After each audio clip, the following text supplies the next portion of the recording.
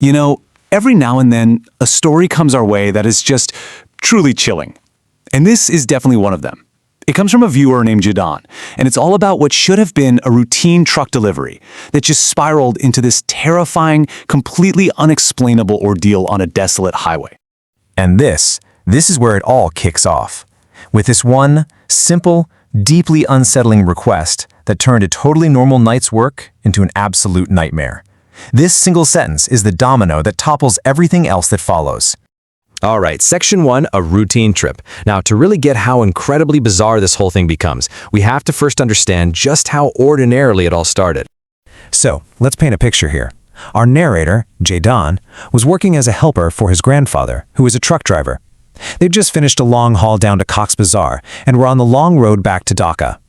It was late, they were beat, and they did what any truck driver would do, pulled over at a little roadside stall for some tea to try and wake up a bit. A completely normal, mundane start to a long drive home. Okay, so that's the setup. Now, for section 2, an unsettling request. And this is the moment that ordinary night takes a sharp, very dark turn. The time here is absolutely crucial. It's 2 o'clock in the morning, pitch black. As they're driving near Camila, they come upon the scene of a bus accident and get flagged down by the police. The whole atmosphere is already heavy, tragic, but they have no idea they're about to be pulled right into the middle of it. The police asked them to transport a victim's body to Dhaka.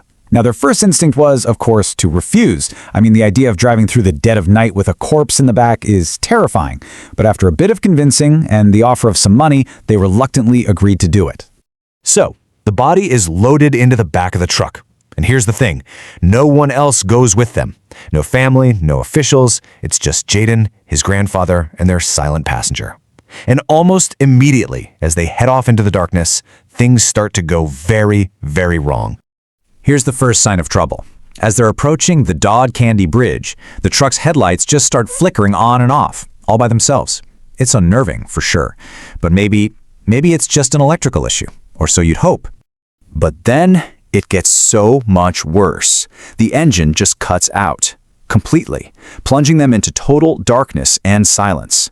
The grandfather has to get out to check on it, leaving Jadon all alone in the cab, suddenly very, very aware of what's lying in the cargo bed right behind him. Section 3, the midnight pursuit. They manage to get the truck started again, but forget about mechanical troubles. That was just the warm-up act. Now, the real terror begins.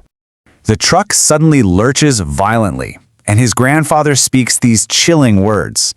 This command, this is what signals the shift from just a spooky drive to a desperate, terrifying chase. Jadon looks into the side mirror and sees something that's just impossible. There's a man running behind them, easily keeping pace with the truck. His grandfather floors it, but no matter how fast they go, the figure just keeps running, this relentless silhouette in the darkness behind them. And then, that feeling of being hunted gets even worse. The truck starts to slow down. Not because of the engine, but as if some powerful, unseen force is physically dragging it to a stop from behind. The engine is roaring, but they're losing speed, totally helpless. The truck is forced to a complete stop, and suddenly, the running figure is just gone. Jadon, terrified, jumps out to check the cargo bed.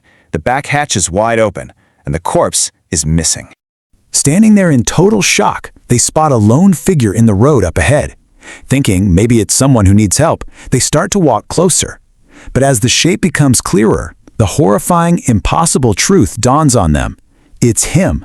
It is the same dead man they had been transporting. Section 4. Reality unravels.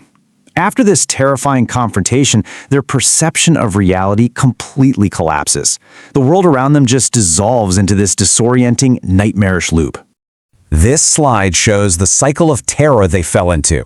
They run back for the truck only to find nothing. The truck, the tea shop, it's all gone. Then the shopkeeper appears from nowhere and attacks.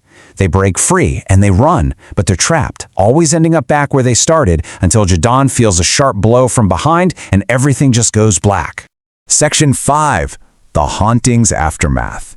But the horror didn't end when Jadon lost consciousness. Oh no. The consequences of this one night would follow him for months, changing his life forever.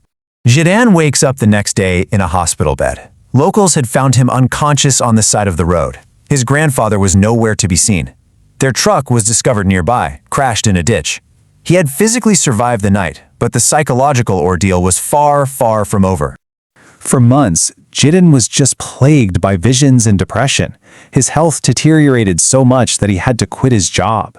Then, one night, his grandfather came to him in a dream and told him, "You survived that night, but I did not." Just a devastating revelation. To cope, he turned to a spiritual leader for prayers and guidance, and slowly, with time and faith, the nightmares finally subsided, and he was able to find some peace and return to his work. Jidon's story is a harrowing account of a journey that just defies all logic. It leaves us with this lingering question that I think taps into a universal fear of the unknown, of the things that can happen in the dark on those long, lonely stretches of highway. So what do you think really happened out there?